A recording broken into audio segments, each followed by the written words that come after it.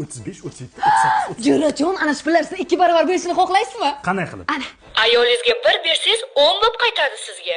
Yig'ishtir shu motivatorlaringni. Ha, bitta sinab ko'raylik. Men boshim og'ritma 100 ming turib qol. Ey Xudojon, erim menga 1 berdi, erimga 10 ber. O'rtoq 1 million qarzimni olib keldim, rahmat senga. Xotinni duosi o'tyaptimi? Hurmatli haydovchi, to'xtash mumkin bo'lmagan joyda turibsiz, hujjatlaringizni taqdim etib yuboring. Aka, bitta telefon qo'ying. Allo, xotin gay ushlab oldi, bitta duo qil. 100 ming beraman.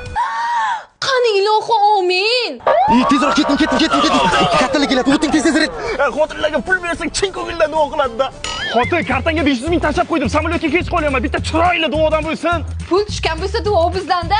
Yo, bismillah. Toshkent-Moskva yo'nalishidagi samolyot ob-havo sabab 1 soatga kechiktirildi. Xotinjon, mana bu $100 bitta o'tadigan duodan bo'lsa, o'qishga imtihonga ketyapman. Tamom, bu pulga o'tirib duo qilish kerak. Ey Xudojon, ilohim, erim grantlarga o'qishga kirib ketsin. Allohu akbar.